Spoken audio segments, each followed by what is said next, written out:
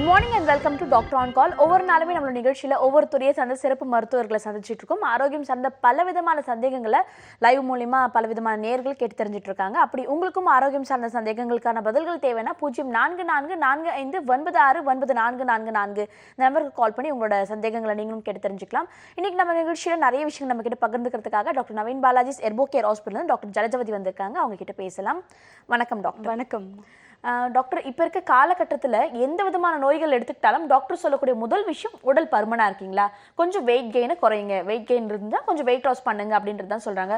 Starts from PCOD ப்ராப்ளம்க்கு போனால் சின்ன குழந்தைகள்லேருந்து start பண்ணாலும் கொஞ்சம் உடல் பருமனாக இருக்காங்க. சரி, ஏஜ் அட்டன் பண்ண கேர்ள்ஸ்க்கு தான் இப்படின்னு பார்த்தா சின்ன குழந்தைகள் 4 வயது 3 வயது குழந்தைகள் கூட கொஞ்சம் புஷ்டியாக உடம்பு கொஞ்சம் குண்டாக இருக்காங்க அப்படின்ற ப்ராப்ளம் இருக்குது. இது வயதானவர்கள் வரைக்கும் பேஸ் போயிட்டே இருக்குன்னு சொல்லலாம். ஸோ இன்னைக்கு உடல் பருமனை உடல் பருமனை எப்படி குறைக்கிறது பற்றி பேசலாம். கண்டிப்பாம்மா. உடல் பருமன் அப்படிங்கிறது பார்த்தோம் அப்படின்னா இது ஒரு சிண்ட்ரோம் தான். நம்ம அதாவது ஏற்கனவே நம்ம உடலில் நிறைய கழிவுகள் எல்லாமே தங்கி இந்த கழிவுகளோட எக்ஸ்ப்ரெஷன் தான் நம்மளுக்கு உடல் பருமனை நம்மளுக்கு வெளிப்படுத்துது. இப்போது ஜென்ரலாகவே நம்ம நோய் அப்படிங்கிறதுனா ஃபஸ்ட்டு என்னங்கிறது நம்ம தெரிஞ்சுக்கிறது நல்லது. நோய் அப்படின்னா என்ன அப்படின்னு பார்த்தோன்னா உடல், மனம், உயிராற்றல் இந்த மூன்றுமே கரெக்டான, அதாவது ஒரு லயமாக ஒரு நியூட்ரலாக இயங்கிட்டு இருக்கும்போது எந்த வியாதிகளுமே நமக்கு வராது. அதாவது எல்லா மெட்டபாலிசமும் இது கரெக்டாக இயங்குதுன்னா மெட்டபாலிசம் எல்லாமே நம்மளுக்கு நார்மலாக நடந்துட்டு இருக்குது அப்படிங்கிறது தான் அர்த்தம். அப்போது உடலில் எப்படி வருது அப்படின்னு பார்த்தோன்னா, உடலில் நோய் கழிவுகள் எப்படி நம்மளுக்கு தேங்குது அப்படின்னு பார்த்தோன்னா, நம்ம அன்றாட எடுக்கக்கூடிய உணவு முறைகளில் நிறைய மாற்றங்கள் இருக்கும். அந்த உணவு முறைகளை நம்ம மாற்றும்போது ஆட்டோமேட்டிக்காகவே இயற்கையான உணவு முறைகளை நம்ம ஃபாலோ பண்ணும்போது உடலில் இருக்க கழிவு பொருள் எல்லாமே ஈஸியாக வெளியேறும்.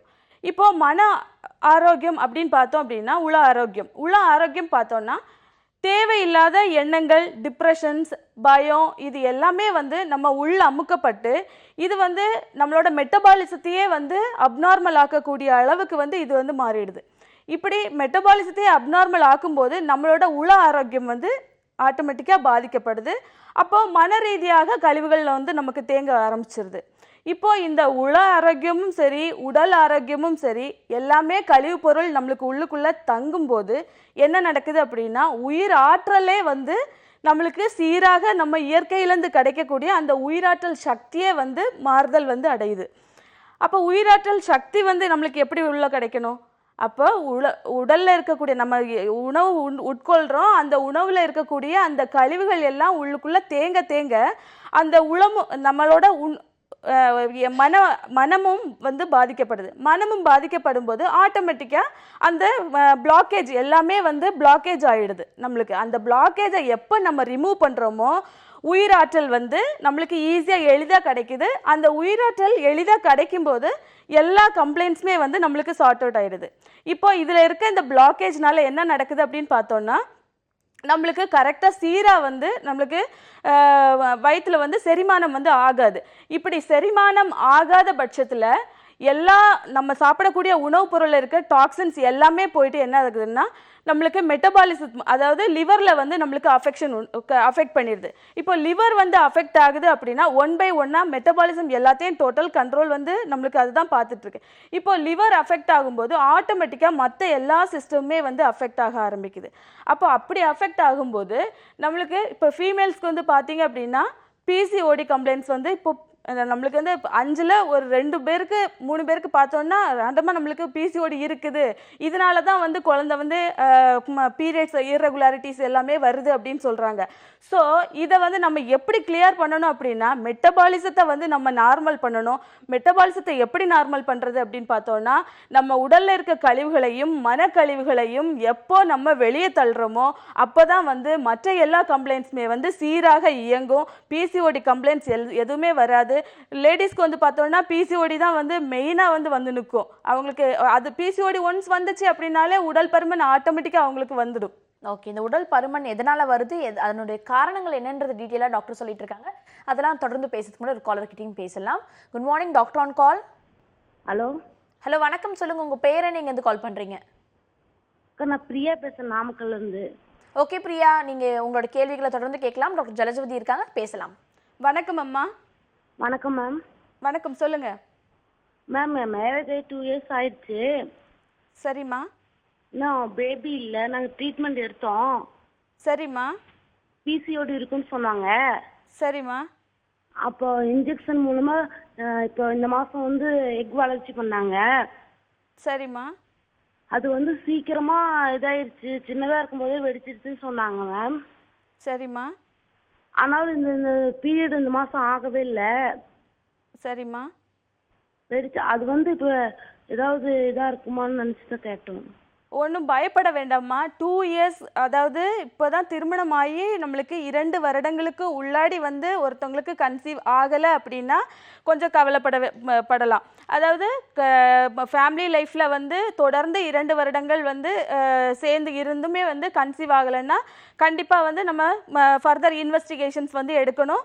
நம்ம நாடி எல்லாம் நம்ம பிடிச்சு பார்த்து எந்த மாதிரியான அஃபெக்ஷன் இவங்களுக்கு இருக்குது அப்படிங்கிறத வந்து நம்ம தெளிவாக வந்து நம்ம பார்த்தாகணும். மன ரீதியாக இவங்க வந்து ஏதாவது அஃபெக்ட் ஆகியிருக்காங்களா, உணவு முறைகளில் என்னென்ன மாற்றங்கள் இவங்க வந்து கொண்டு வரலாம் அப்படிங்கிறது எல்லாமே வந்து நம்ம பார்க்க வேண்டியது இருக்குது. வரும்போது நம்மளுக்கு நியர்பை பிரான்ச், நம்மளுக்கு நாமக்கல்லில் வந்து நம்மளுக்கு பிரான்ச் இருக்குது. நம்மளோட ஹெர்போகார் பிரான்ச்சுக்கு வந்தாங்க அப்படின்னா இவங்களுக்கு வந்து டீட்டெயில் நம்ம ஹிஸ்ட்ரியை எடுத்துட்டு நம்ம வந்து மெடிசன்ஸ் வந்து நம்ம கொடுக்கும்போது ஆட்டோமேட்டிக்காக நல்ல க்யூர் கிடைக்கும். இன்னொன்று பிசிஓடிங்கிறது வந்து நீர் கட்டிகள் தான். அதாவது ஃபீமேல்ஸ்க்கு வந்து கழிவு பொருள் வந்து அதிக அளவில் தங்குறது வந்து கர்ப்பப்பை மற்றும் கருமுட்டையில் மட்டும்தான் வந்து அதிக அளவில் தங்கும். எங்கெல்லாம் வீக்காக இருக்கோ அந்த பகுதியில் வந்து கழிவு வந்து தேங்கும். அந்த கழிவுகளை வந்து நம்ம சீராக வெளியே தள்ளும்போது ஆட்டோமேட்டிக்காக வந்து இவங்க கன்சீவ் ஆகிறதுக்கான வாய்ப்புகள் அதிகமாக இருக்கும். இன்னொன்று உணவு முறைகளை நம்ம மாற்றணும் அப்படின்னா ஆட்டோமேட்டிக்காக ஈஸியாக வந்து இவங்க எளிதில் கன்சீவ் ஆகிடுவாங்க. இன்னொன்று ப்ராப்பர் கவுன்சிலிங் வந்து இவங்களுக்கு தேவைப்படும். அந்த கவுன்சிலிங்கும் நம்ம கரெக்டாக கொடுத்து உணவு முறைகளும் கொடுக்கும்போது ஈஸியாக வந்து இவங்களை வந்து சரிப்படுத்திடலாம். நன்றிமா கால் பண்ணதுக்கு. அடுத்த நேர்கிட்டையும் பேசலாம். Good morning doctor on call. Hello, வணக்கம்மா. வணக்கம், சொல்லுங்க. உங்க பேர் என்ன, எங்கேருந்து கால் பண்றீங்க? திருவாரூர் மாவட்டம் மன்னார்குடிலேருந்து பேசுகிறேன். ஓகேம்மா, உங்க பெயர்? வளர்மதி. வளர்மதி, உங்களோட கேள்வி என்ன நீங்க தொடர்ந்து கேட்கலாம். டாக்டர் ஜலஜவதி இருக்காங்க, பேசலாம். வணக்கம் அம்மா, சொல்லுங்க. வணக்கம்.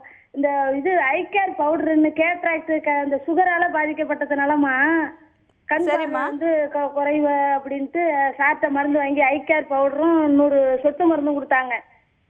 சரிம்மா. 1 வருஷமா போட்டுக்கிட்டு இருந்தோம். ஆனா வந்து இம்ப்ரூவ்மெண்ட் இல்லைன்னு சொல்ல முடியல. ஆனா அந்த இதெல்லாம் குறைஞ்சிருக்கு. ஆனா பார்வை கிடைக்கல அவங்களுக்கு. சரிம்மா, நீங்க தொடர்ந்து நிகழ்ச்சியை பாருங்கம்மா, நான் சொல்றேன் விளக்கம். மறுபடியும் சார்கிட்ட வந்து கேட்டதுக்கு ஐக்கிட்டு போடுங்கன்னு சொன்னாரு. சரிம்மா, நீங்க தொடர்ந்து நிகழ்ச்சியை பாருங்க, நான் என்னங்கிறத சொல்றேம்மா. சரிங்கம்மா. அதாவது கண்ணுல வந்து ஒருத்தவங்களுக்கு பிரச்சனை வருது அப்படின்னா லிவரோட மெட்டபாலிசம் வந்து கரெக்டா சீரா இயங்கலை அப்படின்னு அர்த்தம். லிவர் தான் கண்ணு நமக்கு. எப்படி அதாவது லிவரில் இருக்கக்கூடிய அந்த மெட்டபாலிசம் கரெக்டாக இயங்கும் போது நம்மளுக்கு ஆட்டோமேட்டிக்காக கண்ணை வந்து நம்மளுக்கு சீர்படுத்திடலாம். அப்போது அந்த பிளாக்கேஜை நம்ம ரிமூவ் பண்ணும்போது நம்மளுக்கு வந்து கண் ஈஸியாக வந்து வெளியே தெரிஞ்சது. இன்னொன்று உணவு முறைகளை நம்ம கரெக்டாக வந்து ஃபாலோ பண்ணும்போது இவங்களுக்கு சரி வரப்படுத்திடலாம். இன்னொன்று இவங்களுக்கு 2 இயர்ஸாக எடுத்துகிட்டு இருக்காங்க, அப்படியும் சரியாகலை அப்படின்னா கண்டிப்பாக இவங்க உணவு முறைகளில் மாற்றங்கள் சீராக கொண்டு வரலைன்னு தான் அர்த்தம். இது வந்து நேரில் வந்து நம்மளுக்கு கொஞ்சம் டாக்டர் வந்து பார்த்து நாடி பிடிச்சி பார்த்து அவங்க என்ன ப்ரிஸ்கிரிப்ஷன் கொடுக்குறாங்களோ அதை கரெக்டாக ஃபாலோ பண்ணிவிட்டு இயற்கையாக நம்ம என்ன டயட் கொடுக்குறோம் அப்படிங்கிற அந்த டயட்டை அவங்க ஃபாலோ பண்ணும்போது கரெக்டாக வந்து இவங்களுக்கு வந்து க்யூர் ஈஸியாக கிடச்சிடும்.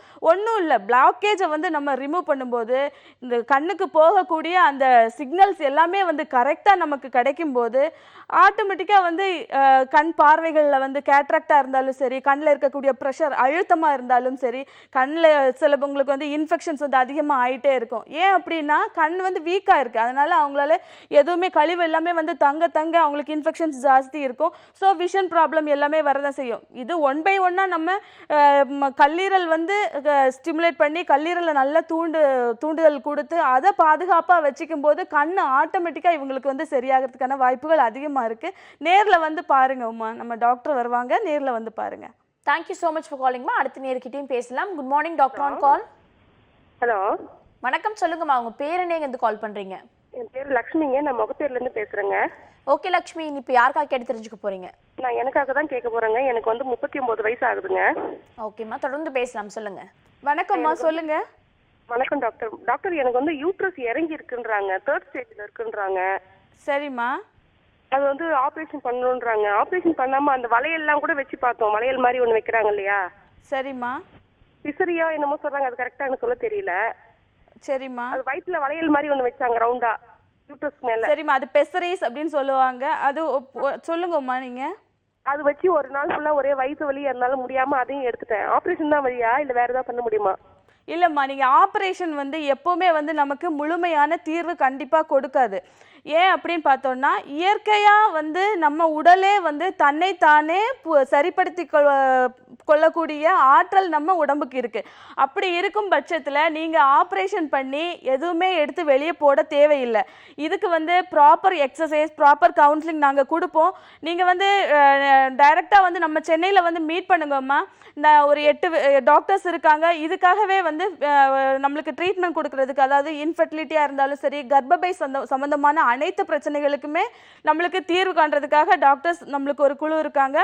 அவங்கள வந்து நீங்கள் தொடர்பு கொண்டீங்க அப்படின்னா இது வந்து 3rd டிகிரியாக இருந்தாலுமே நம்ம என்னங்கிறது ஃபஸ்ட்டு பார்க்கணும். ரிப்போர்ட்ஸில் நம்ம பார்த்துட்டு சம் எக்ஸாமினேஷன் எல்லாம் நம்ம பண்ணி பார்த்துட்டு தான் இதோட ரிசல்ட்ஸ் வந்து நம்ம சொல்ல முடியும். ஆனால் கண்டிப்பாக சரிப்படுத்த முடியும்.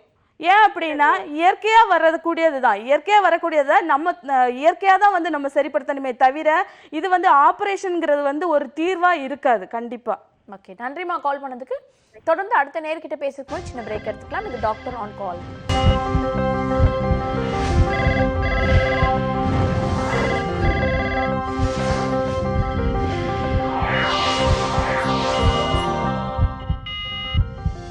Welcome back to doctor on call. இன்னைக்கு குறிப்பாக உடல் பருமனை எப்படி குறைக்கிறது, அதுக்கான காரணங்கள் என்னன்றதை பற்றி தான் டீட்டெயிலாக பேசிட்டு இருக்கோம். அதை பற்றி டிஸ்கஸ் பண்ணுறதுக்காக டாக்டர் ஜலஜோதி வந்திருக்காங்க. இன்னும் நிறைய பேர் கால்ஸில் வெயிட் பண்ணிட்டு இருக்காங்க, அவங்க கிட்டயும் பேசலாம். Good morning doctor on call. Hello, good morning. நீங்கள் லைனில் தான் இருக்கீங்க, தொடர்ந்து பேசலாம். ஓகே, உங்க லைனில் துணிச்சிட்டாங்கன்னு நினைக்கிறேன். டாக்டர், இந்த உடல் பருமனுக்கான காரணங்கள் நீங்கள் சொல்லிட்டு இருந்தீங்க. பட் எல்லாருமே ஆசைப்படுற ஒரு விஷயம் என்ன, இன்ஸ்டன்ட் வெயிட் லாஸாக டக்குன்னு ஒரு மாதம் எக்ஸசைஸ் பண்ணணும், வெயிட் குறைஞ்சிடணும் அப்படின்றத எல்லாரும் படுற ஆசையாக இருக்குது. ஸோ வெயிட் லாஸ் பண்ணுறதுக்கு முக்கியமான காரணங்கள் என்னன்னு சொல்லுங்கள். வெயிட் லாஸ் கொஸ்டின் இது பண்ணிக்கோங்க. வெயிட் லாஸ்ங்கிறது வந்து இன்ஸ்டண்ட்டாக வந்து நம்மளுக்கு ரெடியூஸ் பண்ண கண்டிப்பாக முடியாது. அப்படி கண்டிப்பாக நீங்கள் அப்படி இன்ஸ்டண்ட்டாக நீங்கள் வெயிட் லாஸ் பண்ணீங்க அப்படின்னா அதாவது சாப்பிடாம இருந்தால் நம்ம வந்து வெயிட் லாஸ் உடனே பண்ணிடலாம் அப்படின்னு நினைக்கிறாங்க. ஆனால் அது ஆக்சுவலாக வந்து அப்படி கிடையாது. நம்ம உண்ணக்கூடிய உணவு முறைகளை நம்ம எப்போ நம்ம சீர்படுத்துகிறோமோ அப்போ தான் வந்து நம்ம வெயிட் லாஸ் வந்து கரெக்டாக இயங்கும். அதே மாதிரி வெயிட் லாஸ்ங்கிறது வந்து இது நிறைய ஃபேக்டர்ஸ் இருக்குது.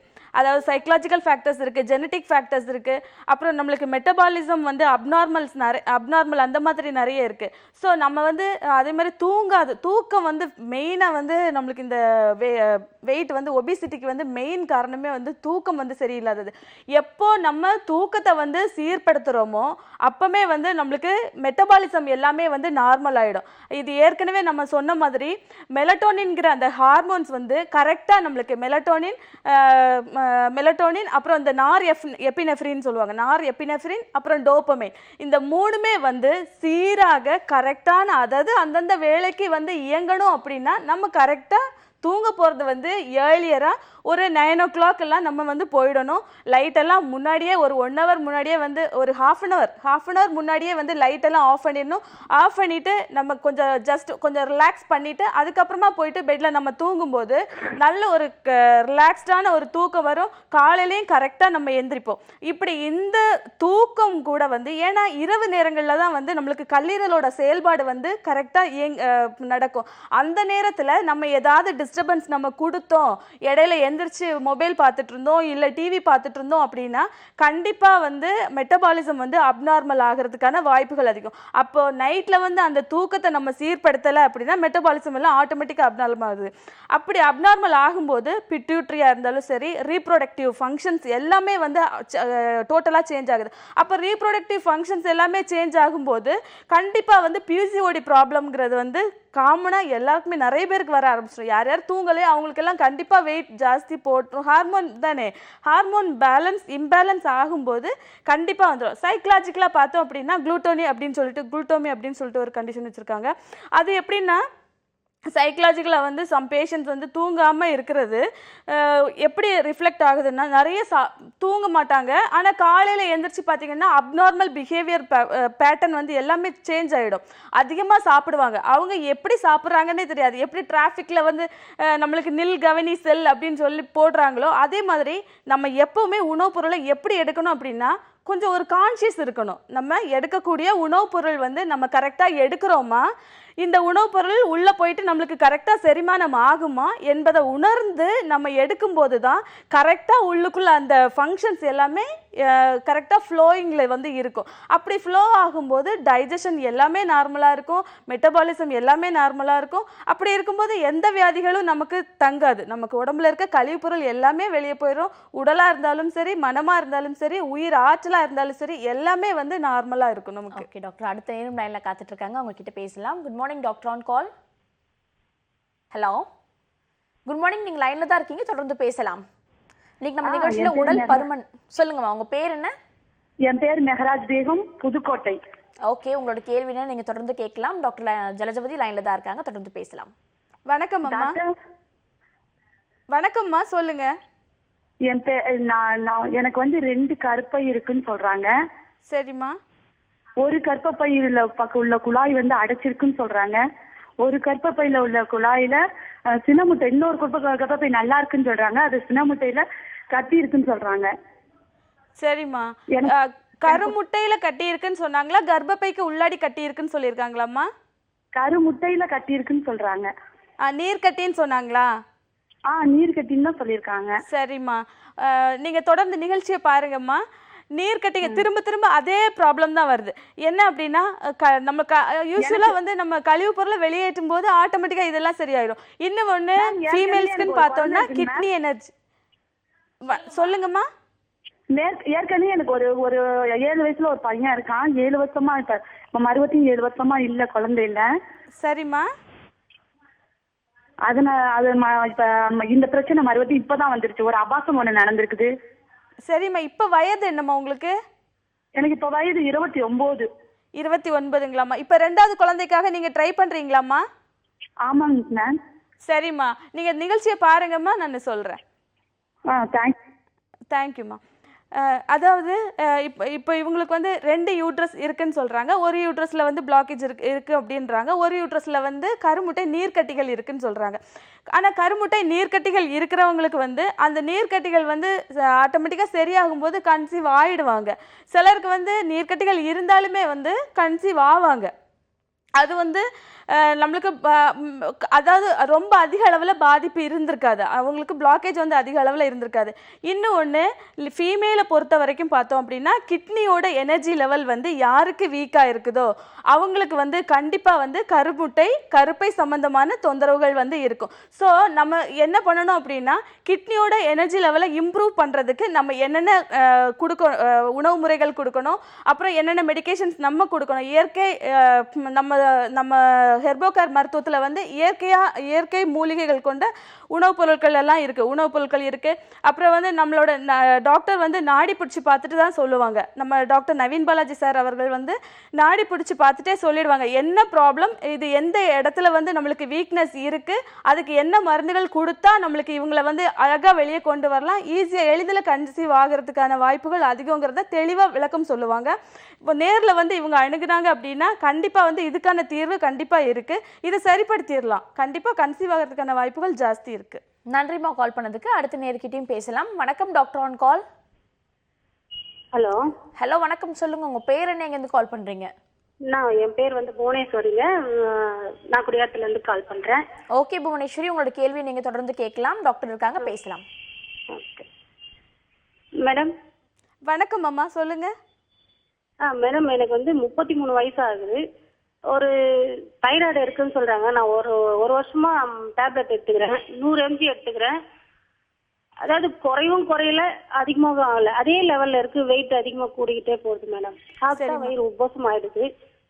சரிம்மா, தூக்கம் எல்லாம் எப்படிமா இருக்கு? தூக்கம் ஒரு சில டைம்ல நல்லா தூங்கிடுறேன், ஒரு சில டைம் தூக்கமே வர்றதில்லை மேம். சரிம்மா, நீங்க தொடர்ந்து மற்றபடி வேற எதுவும் தொந்தரவு இருக்குங்களாம்மா உங்களுக்கு? ஆமா மேம், வெயிட் ஏற முட்டி வலி இதெல்லாம் கூடிக்கிட்டே வருது. சாப்பிட்டாலே வயிறு உப்பசமாயிடுது மேம். இதான் ரொம்ப பெரிய இதுவா இருக்கு. தும்மல் நிறைய தும்மல் வருது. மூஞ்செல்லாம் வீக்கமாயிடுது மேம். கண்ணெல்லாம் வீக்கமாயிடுது. சரிம்மா சரிம்மா, நீங்க தொடர்ந்து நிகழ்ச்சியை பாருங்க, இதுக்கான விளக்கங்கள் நான் சொல்றேன்மா. Thank you ma'am. உங்களுக்கு தெளிவான விளக்கங்கள் கீழே ஸ்க்ரோல் ஆகிட்டு இருக்க நம்பருக்கு கால் பண்ணிங்கன்னா உங்களுக்கு கிடைக்கும். அடுத்த நேர்கிட்டையும் பேசலாம். Good morning doctor on call. Okay, அவங்க லைனை துணிச்சிட்டாங்கன்னு நினைக்கிறேன் டாக்டர். இப்போ கால் பண்ண நேர்கள் வந்துட்டு இந்த உடல் பருமனை பற்றி பேசிகிட்டு இருந்தோம். உடல் பருமனுக்கான மூல காரணங்கள் உடல் கழிவுகளை வெளியேற்றுறது அப்படின்ற பற்றி சொல்லிட்டு இருந்தீங்க. தொடர்ந்து பேசலாம். கண்டிப்பாம்மா. இப்போ உடல் கழிவுகளை வந்து நம்ம வெளியேற்றும் போது எல்லாமே சரியாகும்னு சொல்கிறோம். இப்போ இவங்களை பொறுத்த வரைக்கும் பார்த்தோம்னா ஹைப்போதைராய்டிசம், அதாவது ஒபிசிட்டி, தைராய்ட்லேயே வந்து 2 டைப் ஆஃப் தைராய்டிசம் இருக்குது. Hyper thyroidism, hypothyroidism. ஹைப்போதைராய்டிசம் அப்படிங்கிறது பார்த்தோம் அப்படின்னா உடல் பருமனாக இருப்பாங்க, ரொம்ப பசிக்காது, என்னதான் சாப்பிட்டாலுமே வந்து அவங்களுக்கு கரெக்டாக ஈஸியாக வந்து டைஜஷன் வந்து கரெக்டாக ப்ராப்பராக நடக்காது. இப்படி இருக்கிறவங்களுக்கு கண்டிப்பாக வந்து உடல் பருமன் அதிகமாக தான் இருக்கும். வயிறு செரிமானம் கோளாறுகள் கண்டிப்பாக இருக்கும். யூரின் ப்ராப்ளம் கண்டிப்பாக இருக்கும். ஏன்னா கிட்னியோட எனர்ஜி லெவல் வீக்காக இருக்கிறதுக்கான வாய்ப்புகள் வந்து ஜாஸ்தி இருக்குது. அதே மாதிரி இவங்களுக்கு முகம் எல்லாம் வீங்குது, கண்ணெல்லாம் நீர் கோர்க்கும். அதாவது தைராய்டை பொறுத்த வரைக்கும் பார்த்தீங்கன்னா நம்மளுக்கு கிட்னியோட எனர்ஜி லெவல் வீக்காக இருக்கும்போது என்ன ஆகும்னா வாட்டர் வந்து நம்மளுக்கு ஆக்சுவலி வெளியே நல்லா போகணும். அப்போது நம்ம சாப்பிடக்கூடிய உணவுப் பொருள் எல்லாமே வந்து கார்போஹைட்ரேட் வந்து சிம்பிள் கார்போஹைட்ரேட்ஸ் வந்து பார்த்தோம் அப்படின்னா என்ன பண்ணுதுன்னா நம்மளுக்கு அப்படியே தண்ணி எல்லாமே வந்து தேங்க வச்சுடுது. உடம்புல வந்து அதிக அளவில் தண்ணியை வந்து தேங்க வைக்குது. அப்போ வந்து என்ன ஆகும்னா இவங்களுக்கு கண்ணுக்கு கீழே எல்லாம் பார்த்தோம் அப்படின்னா ஒரு பேக்லைக் ஸ்வெல்லிங் மாதிரி எல்லாம் இருக்கும். காலையில் எந்திரிச்சு பார்த்தாங்கன்னா கண்ணெல்லாம் பஃபி ஐஸாக இருக்கும். ஃபேஸும் வந்து பார்த்தீங்கன்னா பஃபியாக இருக்கும். இது எல்லாமே வந்து என்னன்னா உடலில் வந்து நீர், அந்த வந்து கழிவு நீர் வந்து அதிகமாக தேங்கியிருக்கு. அப்போ நம்ம என்ன பண்ணணும், கழிவு நீரை வந்து நம்ம எப்படி வெளியே தள்ளணும், எது பிளாக்கேஜாக இருக்குங்கிறத நம்ம தீர ஆராய்ந்து அதை நம்ம கண்டுபிடிச்சி நம்ம வெளியே தள்ளும்போது ஆட்டோமேட்டிக்காக இவங்களுக்கு வந்து சரியாகும். ஆனால் வந்து நம்மளோட மருத்துவ முறைகள் நம்ம கொடுக்கும்போது நாங்கள் எந்தவித மருந்து பழைய ஏதாவது மருந்துகள் சாப்பிட்டுட்டு இருந்தாங்க அப்படின்னா அதர் மெடிசின்ஸ் ஏதாவது சாப்பிட்டுட்டு இருந்தாங்க எல்லாமே ஸ்டாப் பண்ண சொல்லிவிடுவோம். கம்ப்ளீட்டாக ஸ்டாப் பண்ண சொல்லிட்டு தான் நம்ம மெடிகேஷன்ஸே நம்ம ஸ்டார்ட் பண்ணுவோம். ஆனால் எந்தவித பயமும் படவே தேவையில்லை. நம்ம ஹெர்போகேர் மருத்துவமனையில் இவங்க வந்தாங்க அப்படின்னா கண்டிப்பாக இதுக்கான முழு தீர்வு வித்தின் 3 months நம்ம கொடுக்கலாம். ஓகே, நன்றிம்மா கால் பண்ணதுக்கு. அடுத்த நேர்கிட்டையும் பேசலாம். Good morning. Good morning madam. சொல்லுங்கம்மா, உங்க பேர் என்ன, எங்கேருந்து கால் பண்றீங்க? நான் வந்து சென்னிமலையிலேருந்து பேசுகிறேங்க. என்னுடைய பேர் வந்து மீனாம்பாளுங்க. ஓகேம்மா, உங்களோட கேள்வி என்ன, நீங்க தொடர்ந்து கேட்கலாம், சொல்லுங்க. குழந்தைக்காண்டி கேட்கணுங்க மேடத்திட்ட. வணக்கம்மா, சொல்லுங்கம்மா. மேடம் வணக்கங்க மேடம். எனக்கு வந்து ஆப்ரேஷன் பண்ணிக்கிறாங்க மேடம். ஆப்ரேஷன் பண்ணி 3 வருஷம் ஆச்சுங்க. சரிம்மா. டியூப்ல வந்து கருத்தரிச்சிருக்குது அப்படின்னு சொல்லி சொன்னாங்க மேடம். சரிம்மா. டியூப் வந்து உள்ளேயே வெடிச்சு ஒரு டியூப் எடுத்துட்டாங்க மேடம். ஒரு டியூப் தான் இருக்குதுங்க. நாங்க குழந்தைக்கு வந்து எதிர்பார்த்துட்டு இருக்கிறேங்க மேடம். குழந்தை வந்து நிக்கவே மாட்டேங்குதுங்க. சரிம்மா. அது என்ன பண்ணலாம்? ஆனா பழையபடி டியூப்ல தங்கறதுக்கு வாய்ப்பு இருக்குது. 3 வருஷம் கழிச்சு குழந்தை பெற்றுக்கலாம் அப்படின்னு சொல்லிக்கிறாங்க மேடம். சரிம்மா. டியூப்ல தங்காம இருக்கணும்னா என்ன மேடம் பண்ணலாம்? சரிம்மா. இப்போ அதாவது இவங்களை பொறுத்த வரைக்கும் இது வந்து எக்டோபிக் பிரெக்னன்சி அப்படின்னு சொல்லுவாங்க. எக்டோபிக் பிரெக்னன்சி அப்படின்னா என்ன அப்படின்னா, எக்டோபிக் பிரெக்னன்சினா அதாவது கருப்பையில வந்து வளர வேண்டிய குழந்தையானது கருக்குழாயிலே வந்து அந்த கருக்குழாயிலே வந்து தங்கிடும். அதாவது அங்கே வந்து சம் பிளாக்கேஜ் இருக்கிறனால தான் வந்து அது வெளியே வந்து கருப்பைக்குள்ளே வந்து தங்க முடியல, தங்கி வளர முடியல. அப்போது அந்த கருக்குழாயில் வந்து ஏன் அப்படி தங்கிட்டு இருக்கு அப்படின்னா அந்த இடம் வந்து அந்த கர்ப்பப்பை வந்து வீக்னஸாக இருக்குது, எனர்ஜி ஃப்ளோ எதுவுமே சரியாக இயங்கலை. அப்படிங்கிற பட்சத்தில் அந்த ஃபெலோப்பியன் டியூப்லேயே வந்து டியூப்லேயே வந்து அந்த கருவானது வந்து தங்கி வளர ஆரம்பிச்சிருது. அது வந்து பயங்கர காம்ப்ளிகேஷன்ஸ் வந்து கொண்டு முடிச்சிடும். ஸோ இது வந்து உள்ளுக்குள்ளே தங்க வைக்கணும்னா இவங்களோட கர்ப்பப்பையோட எனர்ஜி லெவலை வந்து நம்ம இது பண்ணணும். ஆனால் ஒரு சைடு வந்து ஆப்ரேஷன் பண்ணியிருக்காங்கன்னு சொல்கிறாங்க, இன்னொரு சைடு வந்து நார்மலாக இருக்குது. அப்படிங்கிற பட்சத்தில் கண்டிப்பாக இவங்களுக்கு வந்து கன்சீவ் ஆகிறதுக்கான வாய்ப்புகள் அதிகம் இருக்குது.